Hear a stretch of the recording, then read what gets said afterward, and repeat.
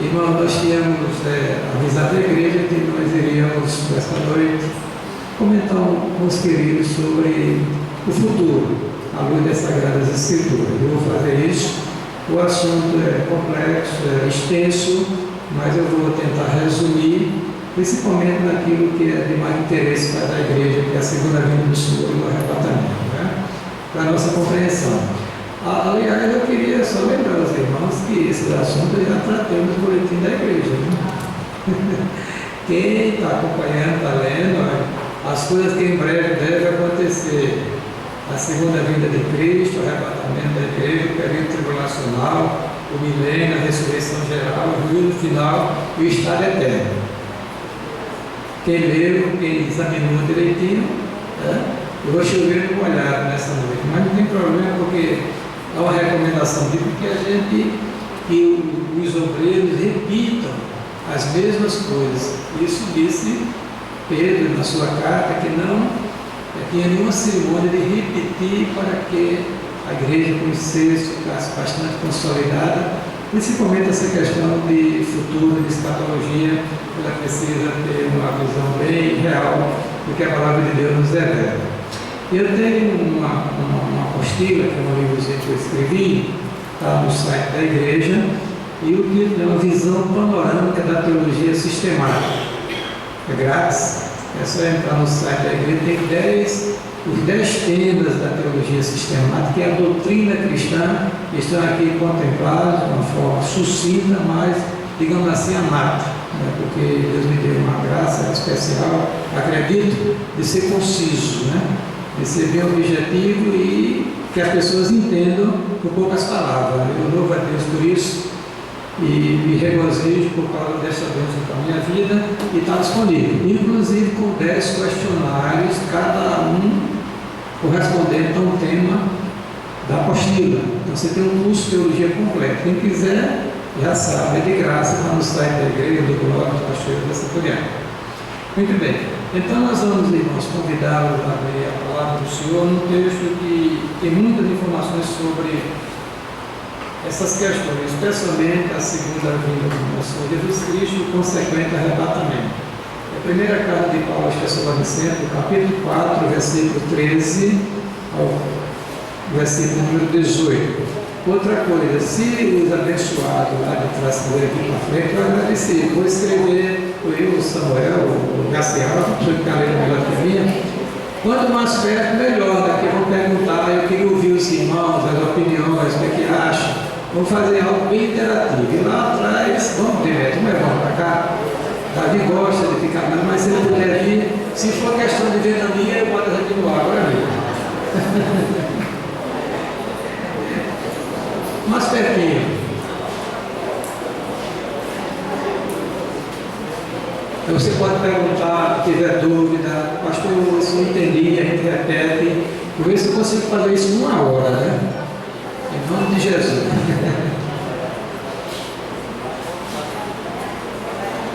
Muito bem, vamos lá, a leitura, né?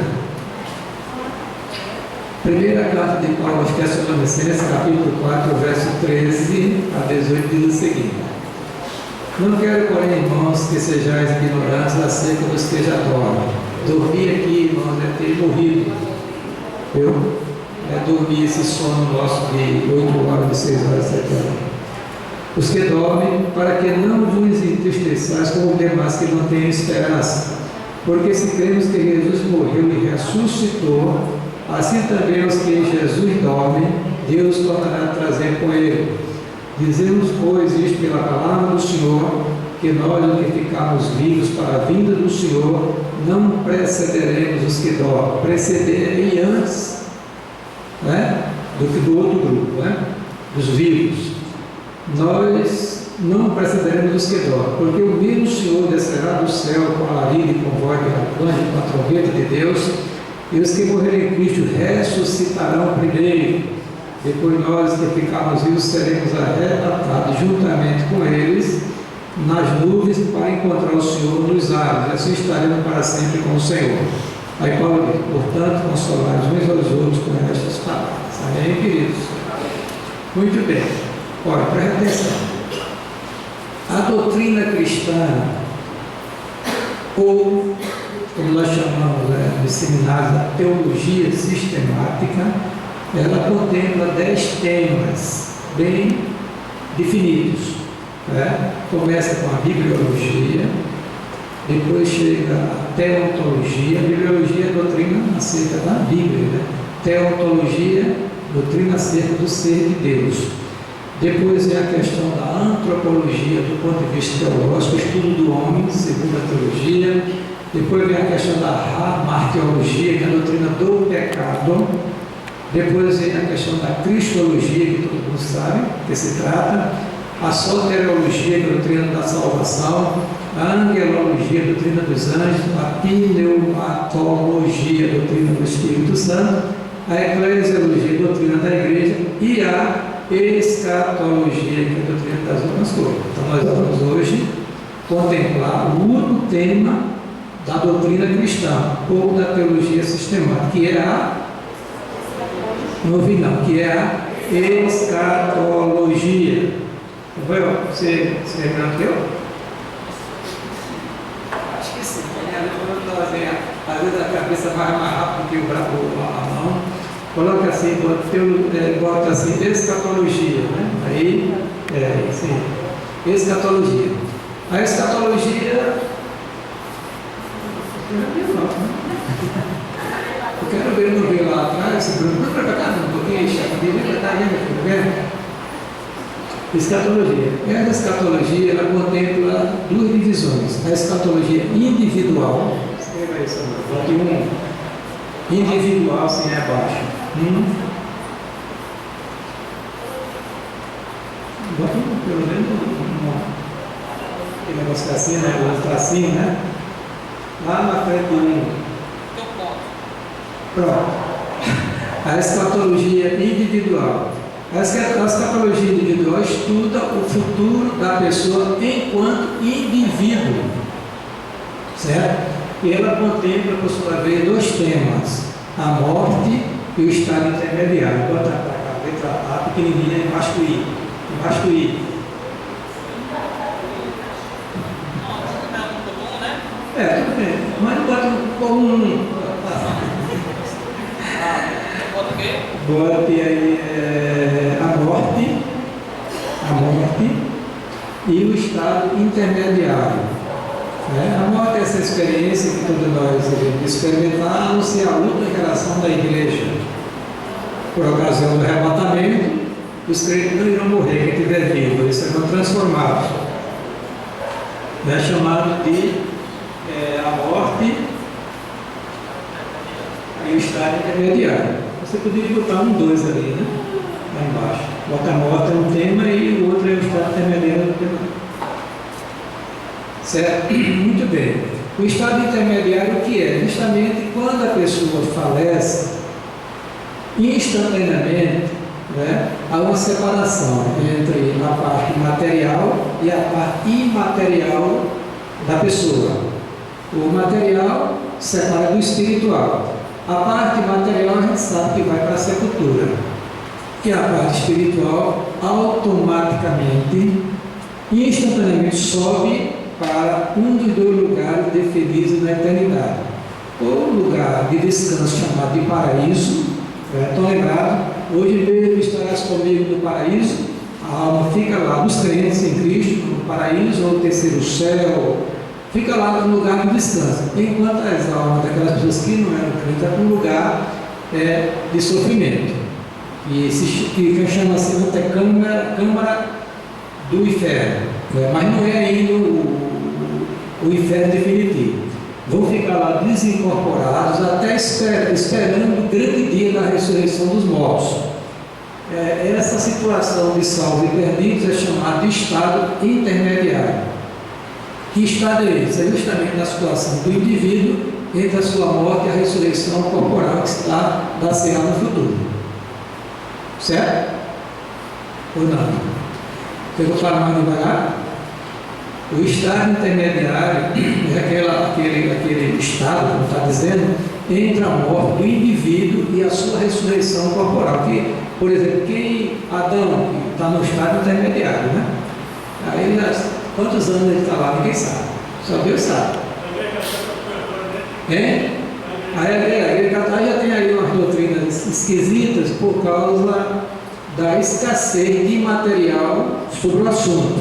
Então, é por isso que há essa questão do sono, a pessoa está inconsciente, dormindo, esperando a ressurreição, ou está purgando os seus pecados, mas a doutrina correta é que está consciente, né, esperando, ou sofrendo, ou gozando da beatitude eterna, mas sem corpo, porque o corpo morreu. Quem assistiu o Gozo do outro lado da vida? Quem assistiu? Pois é, a vida tem verdade e mentira. A grande mentira é quando o indivíduo morre, ainda fica algumas por aqui resolvendo umas pendências para depois ir para um lugar definitivo. Isso não existe, é automaticamente. Fechou os olhos aqui e acordou no estado intermediário, ou na presença de Deus ou distante de Deus. E são lugares incomunicáveis, não pode haver mais como mudar essa situação. Então o homem tem que aceitar Jesus logo, e se morrer, depois disso segue o juízo. Pronto. Então a escatologia individual, ela contempla dois sistemas, né, irmãos? O que? A morte e o estado intermediário. Essa questão da morte eu não vou entrar, porque são três coisas na morte: a morte física, a espiritual e a eterna, mas não é objeto do nosso estudo aqui. Agora vamos olhar a escatologia geral ou cósmica. Samuel agora apague a espiritual e bota agora geral ou cósmica. É justamente o assunto que a gente vai contemplar, né? Essa escatologia geral, ela contempla não só o indivíduo, mas todos os indivíduos, todos, sem exceção, os que já existiram, os que existem, os que ainda existirão.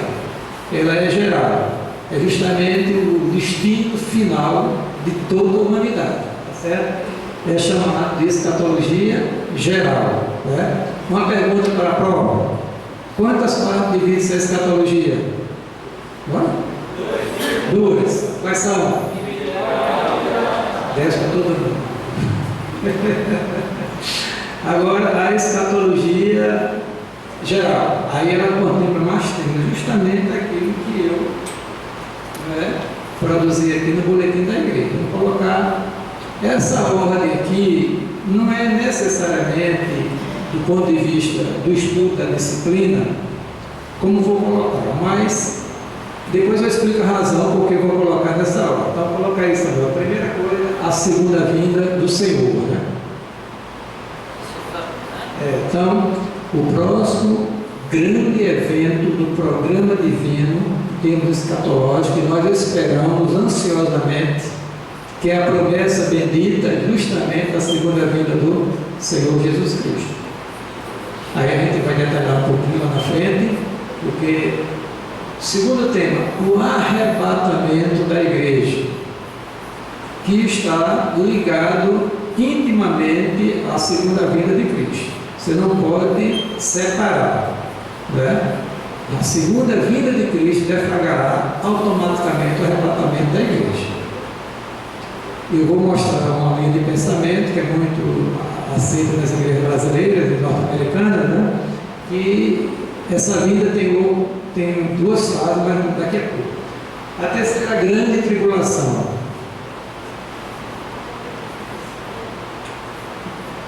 Essa grande tribulação, ela necessariamente ela não está nessa ordem, porque uns entendem que ela virá antes da segunda vinda de Cristo. Eu vou explicar, tentar bem devagarinho para os irmãos compreenderem esse assunto.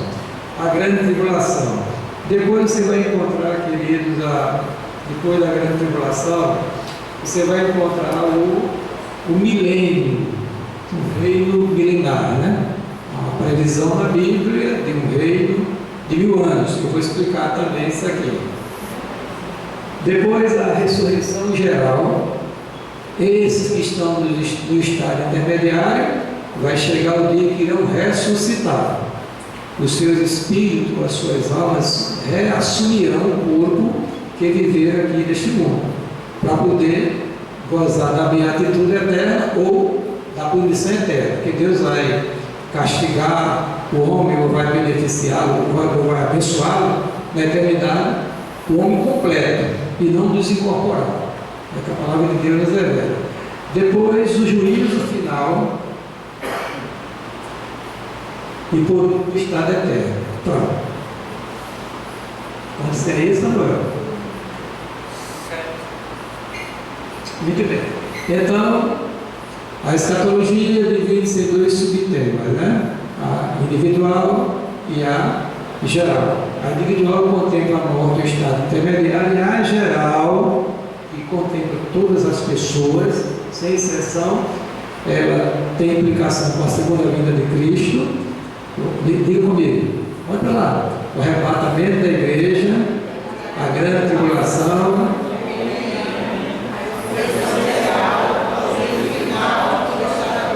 não devia esquecer mais, Senhor. Agora, irmãos, vamos olhar essa questão da... Deixa eu começar com a questão da grande tribulação. Bota um asteriscozinho no terceiro item, grande tribulação. Aqui na frente, sim. Vamos começar com esse aí. Olha, no programa divino está previsto um tempo de intensa aflição que vai atingir a humanidade como um todo. Jesus disse que se não fosse a graça de Deus, os eleitos, os escolhidos, ninguém conseguiria, né, escapar desse tempo. Uns acham que esse corresponde a 7 anos. Bota esse número, 7 anos. Esses 7 anos aí seria a 70ª semana da profecia de Daniel, certo? Daniel, capítulo 9, 24 a 27. Essa aqui é uma profecia que já se cumpriu uma parte na história e uma parte está pendente. Segundo, pensam muitos estudiosos evangélicos, estudiosos, homens de Deus, né? Então, essa grande tribulação, ela seria um acontecimento, né, que iria completar esta profecia de Daniel, né? A profecia é dividida em 3 partes. Daniel, primeiro, uma semana de 7 anos, né? Aí daria quanto? 49 anos. Outro período, 62 semanas, aí seria 400 e um cada tempo. E ficou pendente apenas uma semana desta profecia que vai se cumprir neste período de grande tribulação. Essa é a crença comum da maioria das igrejas brasileiras, os batistas, os congregacionais, uma parte, os assembleanos em geral, o mundo pentecostal em geral. Eles acreditam que esse período tribulacional de 7 anos corresponde à 70ª semana de Daniel, e admite que a igreja, a segunda vinda do Senhor, o arrebatamento da igreja, vai se dar antes de instalar este período. Nessa linha de pensamento, nós não iríamos passar pela grande tribulação. Seria uma tribulação para os judeus desobedientes e incrédulos, para tratar com ele. Deus é como se tivesse assim o cronômetro, porque o texto diz que essa 70ª semana de Daniel, essa profecia começou na ordem para reconstruir o templo de Salomão, que foi destruído, né, por Nabucodonosor. Então partiu a ordem, aí 49 anos foi quando foi reconstruído o santuário, com muita luta, com muita tribulação, diz o texto de Daniel, né? Aí depois começa outra de 62 semanas até o Messias, até Cristo. Então, quando Cristo chega, inaugura uma nova dispensação, e o relógio de Deus para Israel, o cronômetro parou. Hoje, o cronômetro de Deus em relação a esta profecia a Israel está parado, e Deus está tratando com a igreja. Mas vai chegar o dia da segunda vinda de Cristo, a igreja arrebatada, Deus dispara o cronômetro para cumprir esta última semana de anos. 7 dias correspondem a 7 anos, que seria o período de grande tribulação. Outros acham que esse período nós estamos já vivendo nele, porque vai acontecer uma intensificação dos problemas que culminarão com a segunda vinda de Cristo.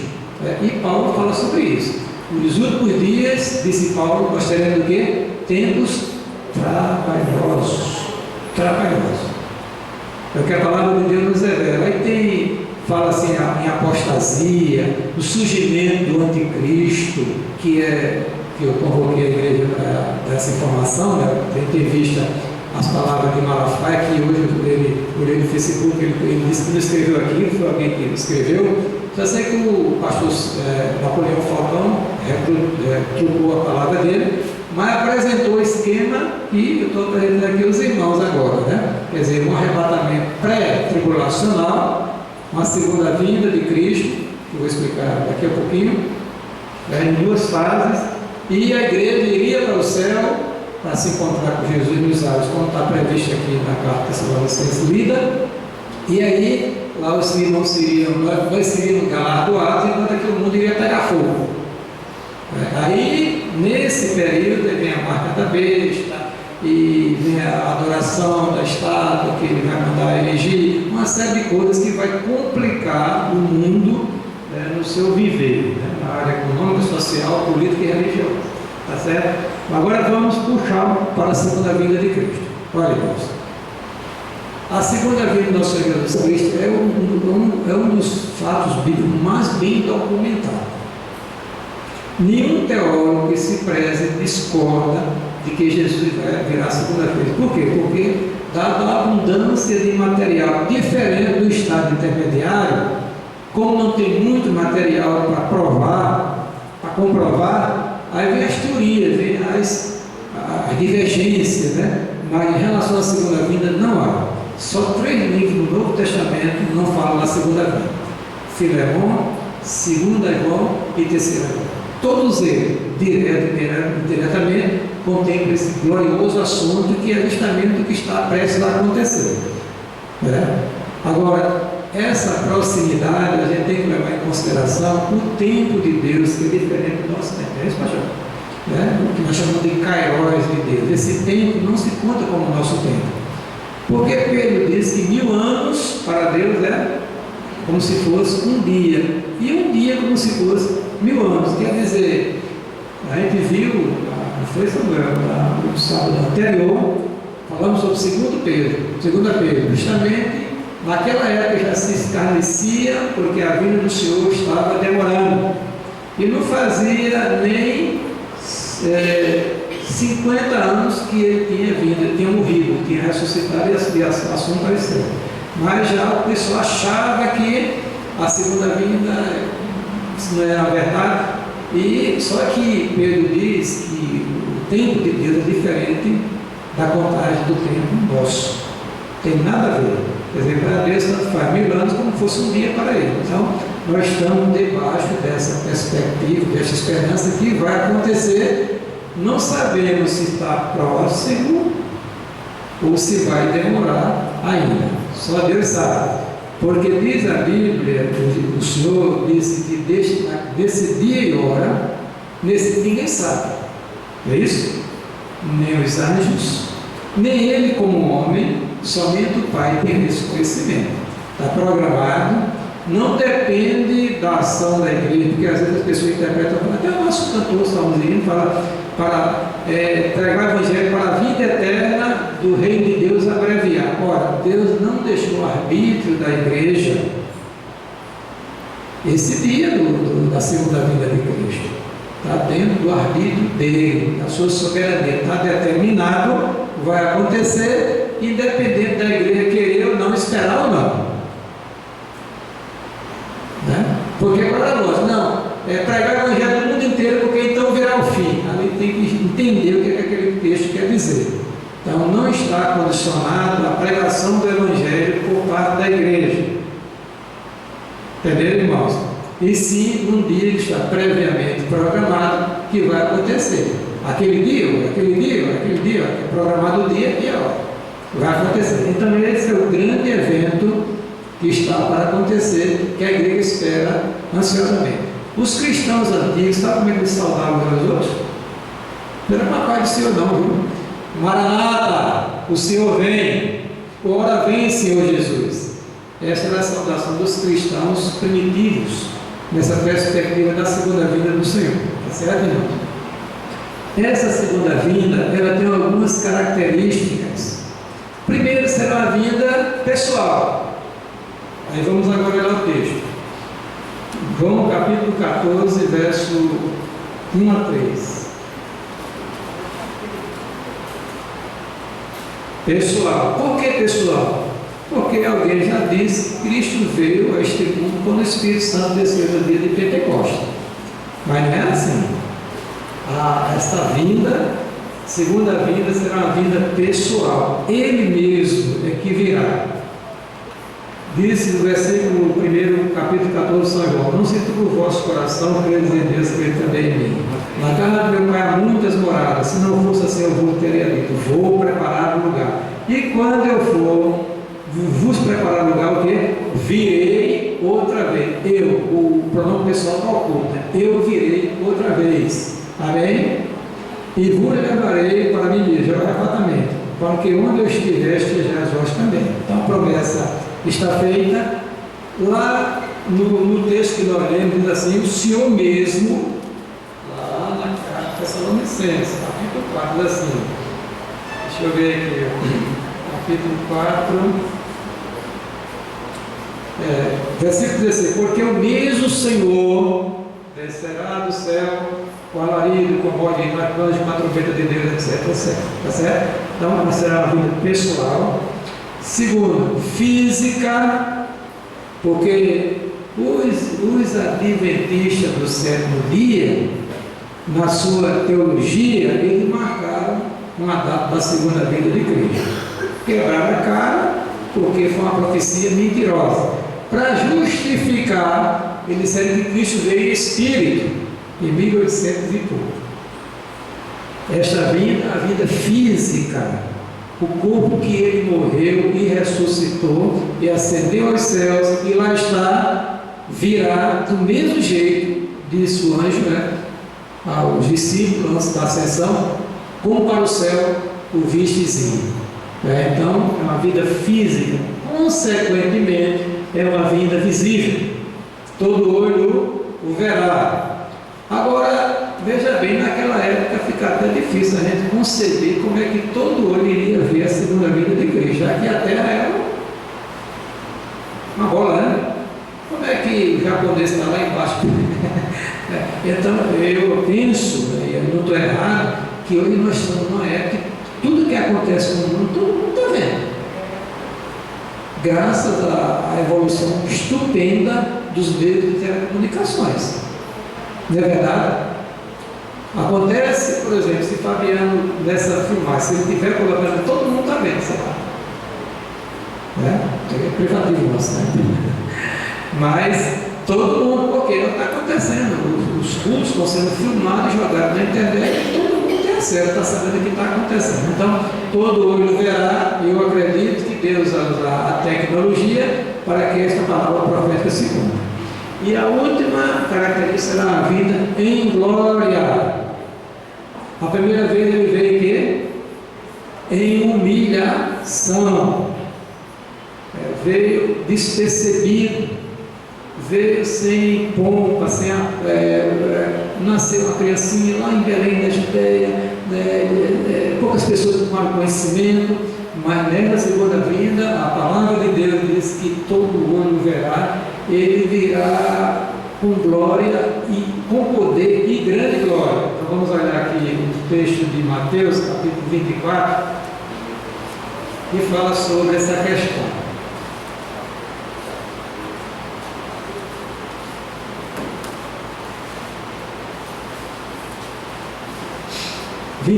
Versículo 29. E logo depois da aflição daqueles dias, que dias? Aí a gente puxaria agora para o período que? Tribulacional. Nesse texto aqui, está dizendo que a vinda do Senhor será após o que? A tribulação. Né?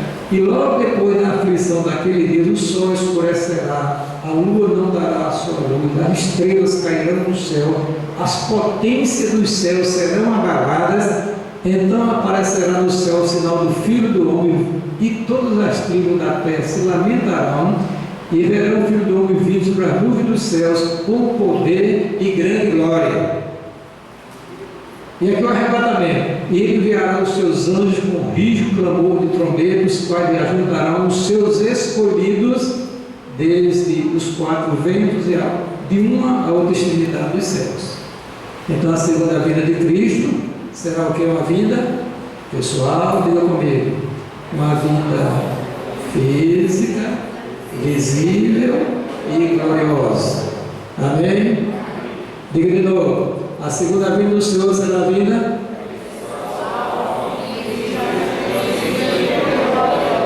para ninguém ter dúvida. Então vai ser uma zoada muito grande, porque diz a Bíblia que ele virá com os anjos do céu, né? Lá o texto de Tessalonicenses, lido, diz a Bíblia o seguinte, vamos para cá, né, irmãos?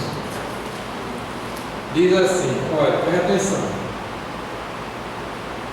porque o mesmo Senhor descerá do céu com alarido. O que é isso? Alarido, ruído, suado mesmo, é canto, não é um negócio que vai movimentar todo. Com alarido, com a voz do arcanjo, com a trombeta de Deus. Então, essa trombeta de Deus é a sétima trombeta do livro de Apocalipse. Quando essa trombeta tocar, então chegou o grande dia de Jesus descer dos céus para levar o seu povo para a sua presença, bendito seja o nome do Senhor. Amém? Alguma dúvida quanto a isso? Posso passar para o segundo tema rapidamente, que agora a gente vai entrar no negócio de olhar a tribulação, as teorias, para a gente compreender melhor a questão. Então, está aí, está diante dos irmãos, estão as informações sobre a questão da segunda vinda de nosso Senhor Jesus Cristo, como ocorrerá, não quando ocorrerá, porque isso não foi revelado. Mas deixa eu colocar uma questão para os irmãos aqui. Olha, os sinais, quais seriam os sinais bíblicos reais que vão anteceder de imediato a esse evento? Então você vai para a segunda carta de Paulo aos Tessalonicenses, no capítulo 2, e você vai ver que aí está identificado alguns sinais da segunda vinda de Cristo, né? Vamos olhar aqui. Segunda Tessalonicenses,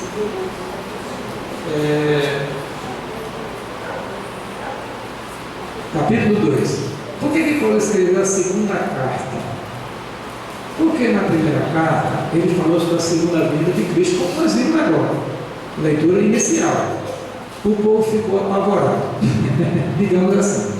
E muitos começaram a vender os seus bens, desfazer os seus negócios, os seus empregos, para esperar Jesus dentro da igreja. Digamos assim. Só que o tempo foi passando e Jesus não veio, aí começou o problema para ser administrado. Aí o irmão começou sem emprego, sem salário, começou a ir para cá dos outros irmãos para poder comer. Aí começou a haver um peso no meio da igreja. Aí Paulo escreve a segunda carta para orientar os irmãos que a segunda vinda não ocorrerá sem antes, é o que eu vou ler aqui agora, vocês viram,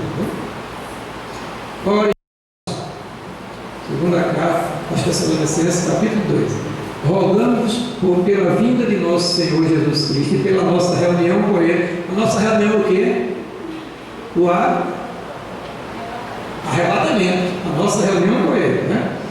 Que não vos movais, que é para a igreja essa noite, irmãos, facilmente do vosso entendimento, nem vos perturbeis pelo escrito de Sila Malafaia, Napoleão Falcão, foi o texto aqui. Que não vos movais facilmente do vosso entendimento, nem vos perturbeis, quer por espírito, quer por palavra, quer por epístolo, como de nós, apóstolos, como se o dia do Senhor estivesse já perto. Naquela época, ninguém de maneira alguma vos engane, porque não será assim sem que antes de o que? Apostasia. Bota aí, Samuel. Abre aí um espaçozinho e bota aí sinais. Esse é o grande sinal que vai acontecer, que antecederá a segunda vinda de Cristo. A apostasia. O que é apostasia? É abandono da fé. Já tem, mas isso aí é de uma forma generalizada. Ou seja, a igreja vai se encher, mas ao mesmo tempo vai se esvaziar, à luz desse texto. E pode ser até que o indivíduo está com o corpo presente no meio da igreja, mas o seu coração não acredita mais em nada. Isso é uma apóstata, negou a fé. Não acredita mais. A apostasia é a negação da fé. Esta apostasia, aí a gente vai ter que procurar outro texto, que Jesus disse que nos últimos dias a ciência iria aumentar e também a iniquidade e o amor de muitos iria o quê? Esfriar. É por isso que eu digo, venha orar, venha buscar, porque nós somos, por natureza, tendenciosos a esfriar. Como a igreja de Éfeso, né, que perdeu o seu primeiro amor, era uma igreja poderosíssima. Pode ler as cartas de Paulo. A carta de Paulo aos Efésios é chamada o Evangelho das regiões celestiais, dada a sua profundidade. Mas lá no Apocalipse, Jesus ameaçou a igreja, dizendo que se ela não se arrependesse daquela falta de amor por ele, a devoção a ele, ele iria tirar o castiçal, ou seja, ia acabar com a vida da igreja. A coisa mais séria que a gente possa imaginar, irmãos. Muito bem. Então, a apostasia. Foi não? Pode falar. Parece que eu ia perguntar bem para esse cara. Achei que vai deixar isso assim. E se É até o livro dessa primeira que Salvador. Toda a igreja vai gastar. tem igreja sem igreja não. Aí essa questão de todo mundo, a gente vai ter que olhar para o Você coisa linda. Porque assim foi bom mas falar. você está falando essa mão, muito bem. Muito bem. Então, o primeiro grande sinal é a apostasia. Certo? Todo olho verá, diz a Bíblia, lá em Apocalipse. Todos vão ver. Agora, em que instante de tempo é que teria que pensar um pouco. Se você quer ver, vai ver de imediato que vai ser arrebatado se encontrar com ele nos ares. Aí Paulo diz assim: estarei para sempre com o Senhor. Nós seremos os primeiros a ver Jesus. E os outros vão ver quando chegar o dia do juízo final. Todos vão aparecer diante dele para ser julgados. Não abrir e fechar de olho, disse Paulo escrevendo lá. Vou mostrar o texto de 1 Coríntios, capítulo 15. Não abrir e fechar de olho, isso que é mortal se revestirá de imortalidade, e o que é corruptível se revestirá de incorruptibilidade. Aí vai se cumprir aquela profecia. Tragada foi a morte pela vitória de Cristo, né? Agora, a apostasia. Agora vem aqui a segunda coisa, presta atenção. Olha. E se manifeste o homem do pecado, o filho da perdição, o qual se opõe e se levanta contra tudo que se chama Deus ou se adora, de sorte que se assentará como Deus no templo de Deus, querendo parecer Deus. Quem é esse homem do pecado? Você vai ter que abrir a Bíblia lá no livro de Apocalipse, capítulo 3, e vai olhar a besta que sai do mar.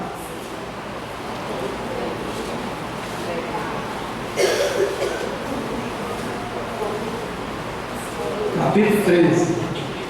O anticristo. Capítulo 13. Diz assim a palavra: eu pus-me sobre a areia do mar e vi subir do mar uma besta que tinha 7 cabeças e 10 chifres, e sobre os seus chifres 10 diademas, e sobre as suas cabeças o nome de blasfêmia. E a besta que vira semelhante ao leopardo, e seus pés como de urso, e a sua boca como a de leão, e o dragão deu-lhe o seu poder, e o seu trono de grande poderio. Esse dragão aqui é Satanás. Ele vai revestir esse, vamos chamar de anticristo, chamado de filho da perdição, ou melhor, desculpe, chamado do iníquo, não é? vai revestir esse homem de poder e de autoridade, ele vai governar, vai enganar, vai seduzir, vai marcar os seguidores seus com a marca da besta, que é 666, né? Esse que está causando esse frenesi no evangelho brasileiro. Aí diz aqui o texto: e viu de suas cabeças uma ferida de morte, e a sua chaga mortal foi curada. Toda a terra se maravilhou após a besta. Jesus disse, irmãos, que se possível, até os eleitos, só que não é possível, seriam enganados quando esse indivíduo começar a trabalhar, assistido pelo falso profeta, o líder religioso da coisa. Houve uma época que disseram que era o Papa. O falso profeta disse, vai ser uma época que a gente não pode dogmatizar, é isso aí. Lutero dizia que era o Papa, né? Vamos para cá. Aí diz a Bíblia aqui: toda a terra se maravilhou após a besta, e adoraram o dragão, Satanás, que deu à besta o seu poder, e adoraram a besta, dizendo: quem é semelhante à besta? Quem poderá pelejar contra ela? E foi-lhe dado uma boca que proferia grandes coisas e blasfêmias, e deu-se-lhe poder para continuar por 42 meses. E abriu a sua boca em blasfêmia contra Deus, para blasfemar do seu nome e do seu tabernáculo os que habitam no céu. E foi permitido fazer guerra aos santos e vencer. Então veja, se pelo que está aqui, a igreja vai passar pela grande tribulação, e este anticristo vai fazer guerra, perseguir a igreja, como está perseguido no mundo comunista e no mundo islâmico, né? E vai vencê-los, quer dizer, a igreja vai sofrer na mão deste indivíduo e do seu governo. Diz aqui o texto: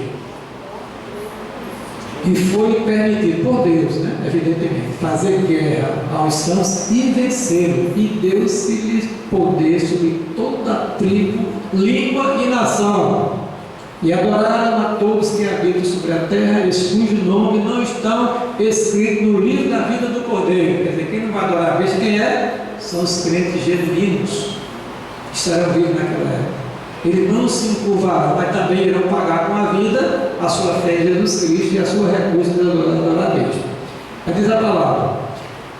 Muito bem, então aqui este indivíduo vai surgir para depois ocorrer a segunda vinda do arrebatamento da igreja. É o que está apresentando o texto sagrado.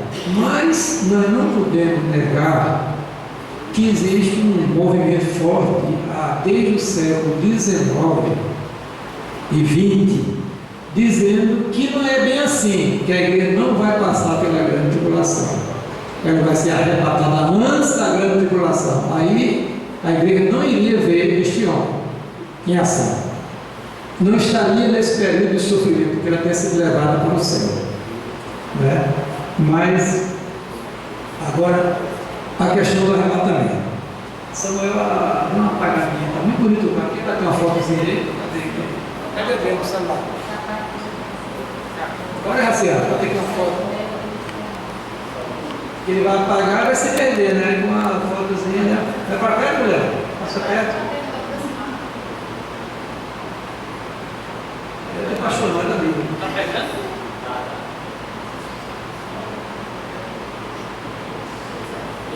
Tá certo? Ficou bom? Agora apague tudo. Arrebatamento da igreja. Vou explicar aos irmãos a linha de pensamento vigentes no meio da igreja brasileira. E vou dizer os segmentos que entendem dessa maneira, eles que pensam diferente, mais ou menos, né?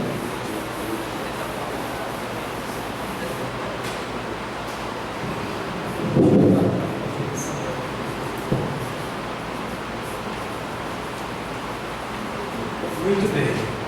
Arrebatamento. Samuel, bota assim um tracinho aqui. Puxa uma linha e bota um tracinho. Não, no meio. Mais na frente, aparece embaixo. Outro tracinho lá na frente, fechando. Aqui. Este aqui. tracinho aqui, bota até embaixo, pronto, esse aqui. Bota o tracinho no meio aqui, pronto, só um tracinho, pronto. Aqui agora, GT embaixo. GT é a grande tribulação. Só um minuto, peraí. A grande tribulação. Então, irmãos, eu vou mostrar o que existe no meio evangélico brasileiro, norte-americano, inglês, espalhado na face da terra, onde tem o cristianismo. E, os estudiosos, os teólogos, eles entendem, quer dizer, grupo diferente, né, que a segunda vinda de Cristo, bota assim, uma setazinha para cá, ela vai ocorrer porque antes da grande tribulação, né? Quer dizer, quando nós estamos aqui, vivendo aqui, quando chegar o início da grande tribulação, esse dia, aí Jesus desce, a igreja sobe. Isso é chamado um arrebatamento pré-tribulacional. Quem pensa assim? Os batistas, uma parte muito forte, os batistas regulares do CD, os pentecostais em geral, uma parte dos congregacionais, deixa eu ver, metodistas, uma série de grupos evangélicos pensa num arrebatamento pré-tribulacional, ou seja, a igreja não vai passar as agruras da grande tribulação. Mas outros, apaga aqui, outros acham, pode apagar, aí bota a setinha no meio, apaga essa aqui. Outros acham que a igreja vai adentrar na grande tribulação e na metade dela, quando as coisas começarem a se complicar, Jesus vem e ela sobe para o céu. Eu digo isso, Juliano, se quer. Há uma pequena complicação, entendi. Tira isso, você diga. Por exemplo, as Sagradas Escrituras dizem que a vinda de Jesus Cristo será como de um ladrão, certo? Será repentino. Se por acaso for meso ou pós, já adentrando nessa tribulação, vamos descobrir que pelo menos em 3 anos e meio ou em 7 anos, Cristo virá. Procede a questão. Só que nós estamos olhando um esquema dizendo que a tribulação vai durar 7 anos. E que nem todos concordam com isso. Uns acham que a tribulação vai ser um período de tempo indeterminado. Esse aqui é aquele esquema que eu falei, a 70ª semana de Daniel, que está pendente. Aí nesse aqui você tem razão. Se nós tivermos, o problema é que a gente não sabe quando é que vai iniciar a grande tribulação. A igreja, vamos admitir que a gente esteja iniciando, que já esteja iniciando a grande tribulação. Ela só vai se caracterizar como grande tribulação mesmo quando chegar no meio da semana e Cristo vier e nós subirmos. Aí sim, daqui para lá, o retorno de Cristo teria de 3 anos e meio. Estava previsto o retorno de Cristo. Para isso, o filho do pecado ele se apresentar. Claro, ele vai trabalhar aqui dentro. Porque não vai dar tempo, irmãos, a gente. Se quiser, eu posso repetir na próxima terça-feira. Porque a gente detalha mais, porque o assunto é tão importante, eu me entusiasmo tanto nisso, é tanta informação que é melhor deixar a igreja bem, né, consciente e procurarmos, digamos assim, a posição mais coerente, né, Gerson, com o texto bíblico. Não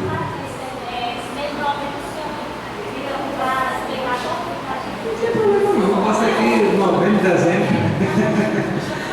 Então eu vou mais devagar um pouquinho, porque pelo processo de repetição a gente aprende, né, irmãos? Né? Até um papagaio aprende. Brincando com o Júnior, ele está treinando moto, ele vai ser repete 100 vezes e aprende a andar de moto. Você não aprende assim? Pois não. Isso que a gente está vivendo nesses tempos nunca é tribulação. Certo? Isso que a gente está vivendo agora, esse mundo de assassinato, nunca é tribulação. Olha, a Bíblia diz que é uma aflição tal, qual nunca houve na face da terra, nem antes, nem depois. Então, um período concentrado de juízo de Deus. Que o pessoal que está estudando comigo Apocalipse corresponde às 7 trombetas e as 7 taças que são derramadas, as trombetas tocando, a visão do povo, e as taças derramadas, que é juízo de Deus, é que problema nos mares, nas águas, e a gente está vendo se configurando, irmãos. O cenário está montado, ou não está? Por exemplo, a Bíblia diz que o mundo vai se acabar, o fogo, na linguagem nossa, se acabar, mas não vai se acabar, ele vai ser renovado, e nós já temos bombas nucleares aí que já para destruir a Terra não sei quantas vezes.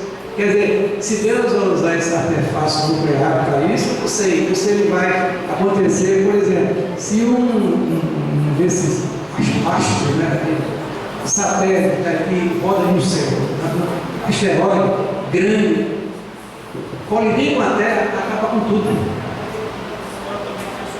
Sair de órbita, por ordem de Deus, bateu, acabou tudo, acabou um segundo, acabou, não escapa ninguém, todo mundo vai.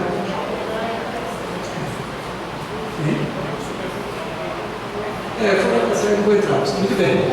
Então, irmão, então veja bem, então qual é, quem pensa que a igreja vai ser arrebatada antes da tribulação? São os pré-tribulacionistas, ou seja, Jesus irá buscar, a igreja vai ser levada para que ela não sofra as consequências da grande tribulação.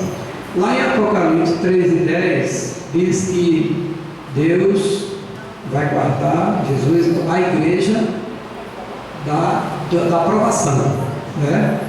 Pois não, Isa, diga. Aqui em Mateus 24, no 21 e 22, o 21 diz: porque nesse tempo haverá grande tribulação, como desde o princípio do mundo até agora não se tem havido e nem jamais haverá.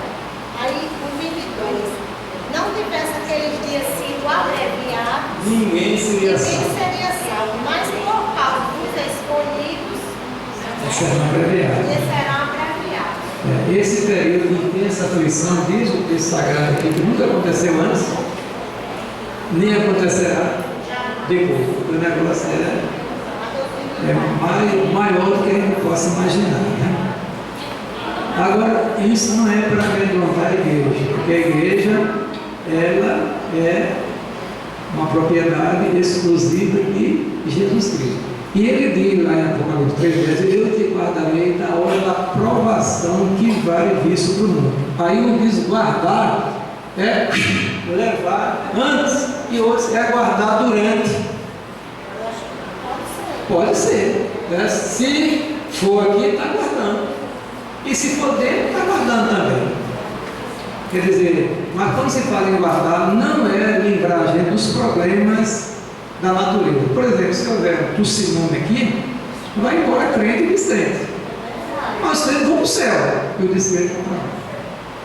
Né? Então Deus guarda o seu povo. Guardar aqui não é preservar vivo aqui e sem problema, é guardar de dano eterno. E o crente não tem dano eterno. Nenhuma condenação há para os que estão em Cristo Jesus. Porque a lei do Espírito de vida, né? Como é que diz? Não. Está lembrado? Nenhuma condenação é a lei do Espírito de vida. É o texto de Romanos capítulo 5, verso 1. Vamos lá. O Espírito, Então, o outro pensamento, irmão, é o seguinte: é que a igreja vai passar e quando chegar no final, Jesus desce, a igreja sobe. Isso é chamado de um arrebatamento pós-tribulacional, ou a segunda vinda pós-tribulacional. Aí você pergunta, pastor, qual delas? Porque aqui nós temos, só existe uma verdade, né? Ou a igreja vai aqui, ou ela vai aqui, ou ela vai para lá. Não vai de três vezes. Apesar do bispo Macedo, ele tem pregado, não sei se vocês ouviram, um arrebatamento parcial. Ou seja, olha, prepare-se, porque se Jesus vier, você vai, senão você fica.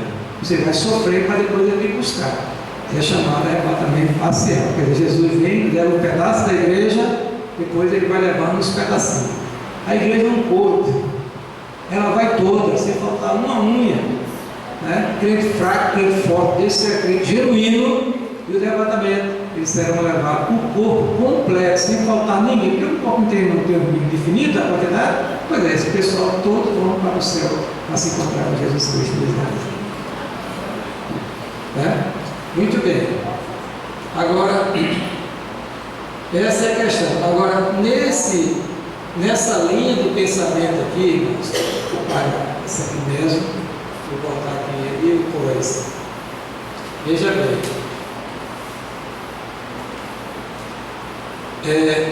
Quem pensa dessa maneira aqui, entende que nesse período que a igreja vai estar, a igreja vai estar aqui nos ares, com Cristo. O que vai acontecer aqui? No céu atmosférico, o julgamento das obras da igreja e uma festa de casamento, que as bodas do Cordeiro.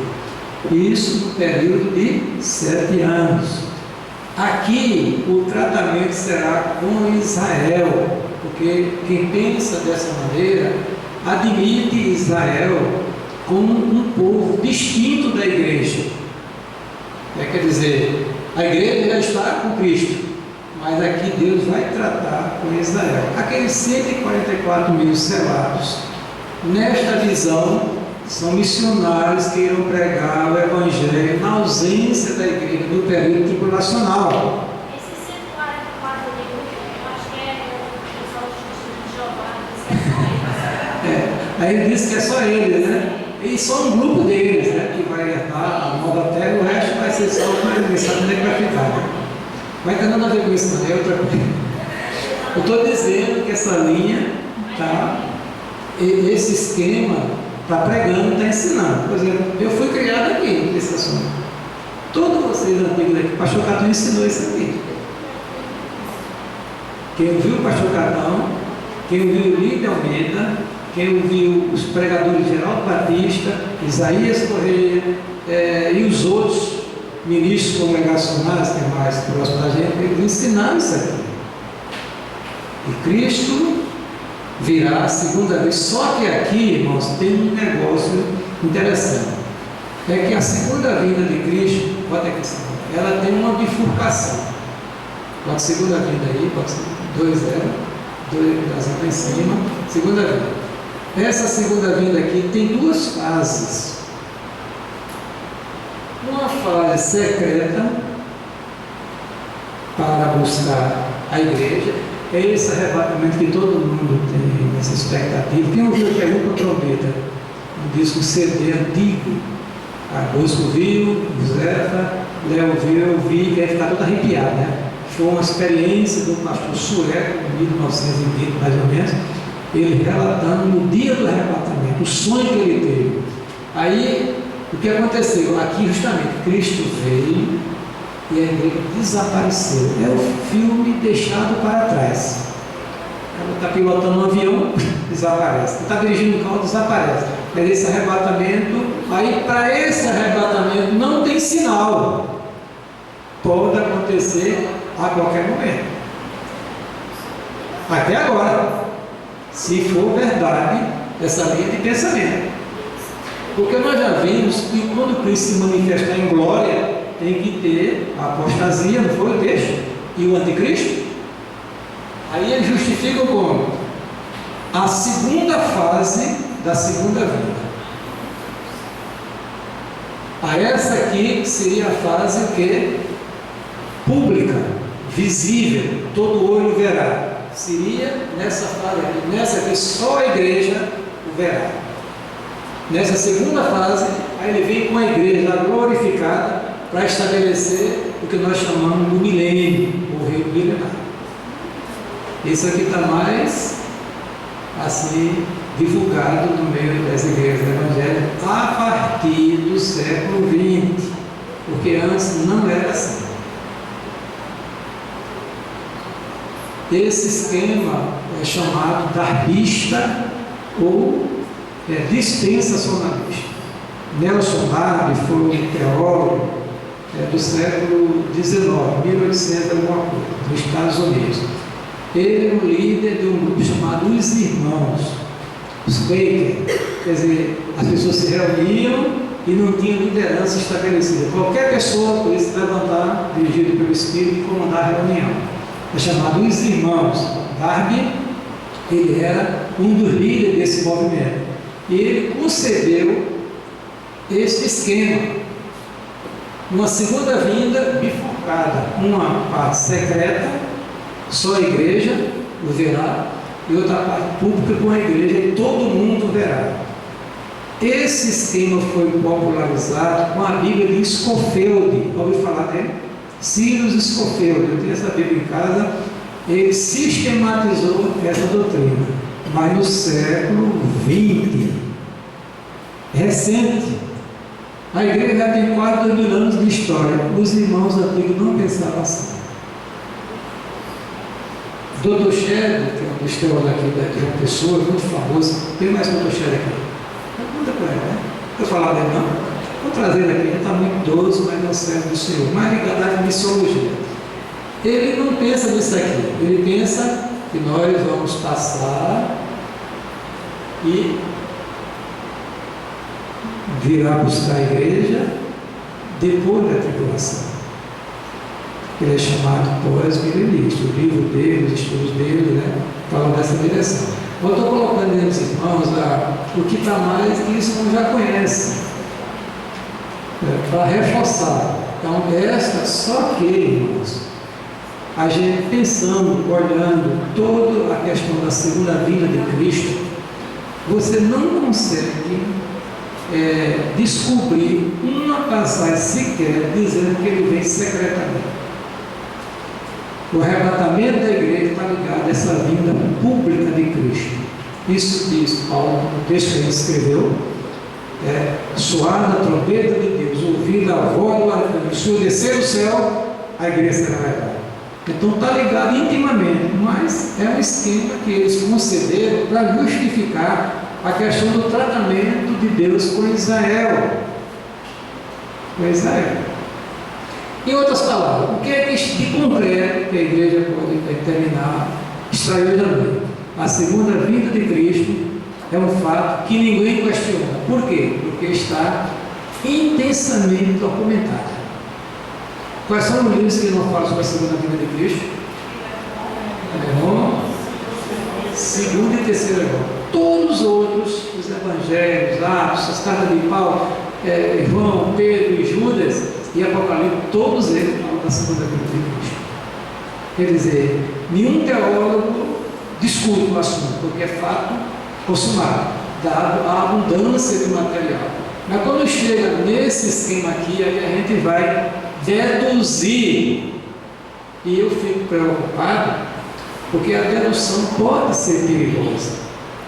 E eu, no maior drama, como ministro do Evangelho, justamente isso aqui. Qual é a verdade que deve se dar à igreja? Se você conversar com os pastores, aqueles que estão estudando no seminário, eles têm essa cautela, eles ensinam geral e não se apegam a um ponto de vista só. Por quê? Porque, irmãos, quem pensa assim não é qualquer um. Homens piedosos, homens santos, homens estudiosos, homens que conhecem as línguas originais, mas eles chegaram a esse entendimento. Mas já viram, ou é aqui, ou aqui, ou aqui, não pode ser três. É por isso que eu quero dizer aos irmãos que os textos que falam da segunda vinda, do arrebatamento, são coisas ligadas. Cristo vem, a igreja vai. Aí mais aqui os irmãos entendem que há essa vinda secreta, que a Bíblia não fala. Eu desafio qualquer um aqui nesta noite a mostrar um texto bíblico que tem um arrebatamento secreto. Desafio, não encontra. Vem um esquema, quer dizer, você é como também batismo de criança. Você não justifica no Novo Testamento, mas como tem um esquema teológico presbiteriano, aí eles argumentam por A mais B, mas não convence, porque nenhum texto do Novo Testamento, especialmente de Atos dos Apóstolos, diz que para batizar a criança de 3 dias, 5 dias de nascimento. E sim, depois da profissão de fé em Cristo. Mas é um esquema. E eu fico muito preocupado com isso. Mas é que está, irmão, dentro da igreja, o que nós estudamos nos seminários e ensinamos. Fato, Jesus virá e a igreja será o quê? Arrebatada. Esse arrebatamento não é de qualquer jeito. Os crentes falecidos irão o quê? ressuscitar primeiro, os que vivos serão o quê? Transformados. Todo mundo com um corpo semelhante ao corpo de Cristo. A igreja completa, o Espírito vai impulsionar a igreja para se encontrar com Jesus dos Ares. Quando eu estava na igreja central, um pregador lá expondo o assunto, ele botou um bocado de pó de serra em cima da mesa, num caixotezinho, né? Do cara, e botou preguinhos pequenos. Aí ele passou assim, Samuel, um imã, né? Ele passou o imã e os preguinhos subiram tudo igual, um imã forte, né? Porque tinha de ferro, subiu.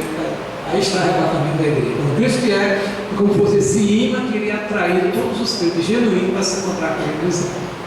Né? Amém? O que é que aprendemos nesta noite? Aprendemos que a vinda de Jesus, a segunda vinda, um fato fartamente documentado, ninguém discorda, porque está escrito, profecia há de se cumprir. A promessa do Senhor. Entendemos também que a igreja, nessa segunda vinda, será o quê? Arrebatada para se encontrar com Jesus nas regiões celestes, nos ares, uma de ares, como fala, né? Ou a região celeste, o céu, a atmosfera, que existe 3 céus, né? O céu, a atmosfera, o céu sideral e o céu de Deus, que não se vê com os olhos materiais. É por isso que Paulo fala no terceiro céu, que é o céu espiritual, porque o céu atmosférico e o céu sideral se vê com o telescópio, né? Saiu daqui, voou, CD a Terra, aí botar um equipamento mais poderoso, CD a Lua, ver Marte, vai ver por aí. É o céu sideral. Mas o céu de Deus só vê quem tem fé em Jesus Cristo. Né? Então, segunda vinda, arrebatamento, estão casados, ligados. Vai acontecer porque está profetizado e estamos nos preparando para esse grande e glorioso dia. Né? Amém? Aliás, irmãos, para terminar, na virada do século do 1999 para 1000 dessa era cristã, houve uma convulsão nas igrejas da Europa. Houve um ribuliço, porque eles diziam, os pregadores, que Jesus viria quando passasse o milênio, né? Aí os irmãos vendiam as propriedades, saíram de suas casas, subiam no monte para esperar Jesus lá na Europa. Jesus não veio, o abacaxi ficou para administrar. Os bens tinham sido doados, né? A entrega, tentaram reabrir, foi uma confusão grande naquele período. A mesma coisa do ano 2000, muito assim, não com intensidade, mas uma certa apreensão que mudou o milênio, chegou o grande dia da segunda vinda de Jesus. Só que o tempo de Deus é um tempo diferente do nosso. Os sinais hoje, a gente está vendo que as coisas estão acontecendo. Olha a questão do aumento do saber, né? Está previsto em Daniel, capítulo 12. Irmãos, a velocidade que o conhecimento, principalmente na área de informática, de telecomunicações, de 50 para cá, do ano 50, 1950 para 2000, foi uma coisa espantosa, que nunca aconteceu na distância desde a era cristã até 1950. A velocidade. Eu me lembro quando estava na Inglaterra, o primeiro celular era desse tamanho. Eu comprei não sei para quê, não dava para ninguém, só costume. Desse tamanho, telefone sem fio, estava no bolso, bichão grande, hoje em dia é assim. Então, o aumento da ciência se cumpriu e vai se cumprir. Profecia de Daniel. A iniquidade, aí Paulo diz o seguinte: nos últimos dias nós teremos o quê? Tempos trabalhosos. Aí dá o perfil da geração que vai viver naquele dia. É que nós estamos vivendo, irmãos. Não é verdade? Pronto. Aí, veja bem, é isso que o Napoleão Falcão falou, né? Que nós estamos aqui nesse período chamado de princípios da dor. Aí está correto. Mas vai chegar o dia da grande tribulação. Na concepção dele, a igreja será levada aqui, porque não vai passar, e só quem vai ser marcado pela besta, quem não for crente e que estiver aqui nesse período da grande tribulação.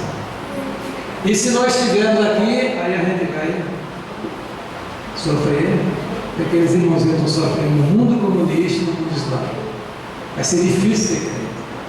Tudo escondido, a igreja não vai funcionar, é mascado, escondido, né? Nos cultos, para ninguém ver. Porque se vê, denúncia, preso, perde emprego, pode ser morto e assim por diante. Porque dentro do livro, né? De graça, não leve anos por cento. Mas é o que está previsto no programa. E ninguém não quer isso, não, não adianta oração. A oração da igreja para Jesus nos preparar para enfrentar a tribulação.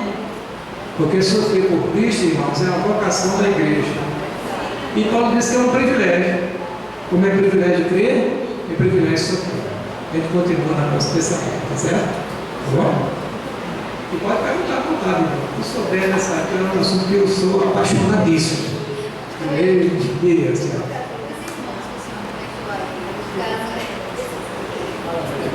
Os irmãos que o senhor comentou, no caso, seriam hoje o que é a igreja sem nome, que eles chamam, a igreja que faz aquela invocação, ó Senhor Jesus. Quem pensa aí, existe os crentes, existe os irmãos. Aqui uma pessoa tem. No caso, seriam esses que, por exemplo, Do quê? da igreja que tem lá na Itália, que tem lá Não o sei, terceiro, mas que que é a a pessoa igreja, tem. porque eles têm a mesma linha. Parecido. Não é? Porque, segundo uma pessoa que trabalha comigo, ele era essa igreja e foram 2 japoneses, um nome meio estranho, que eu não sei pronunciar, que fundaram isso e foi com base também em cima dos irmãos, 4 irmãos. É um grupo que não tem liderança, tem pastor, tem presbítero, tem diácono, não tem nada, é uma igreja em geral, né? Que se reúne para adorar a Deus, ler a Bíblia, estudar, louvar o Senhor, mas quem dirige o trabalho é a pessoa. E a interpretação que eles dão ao texto,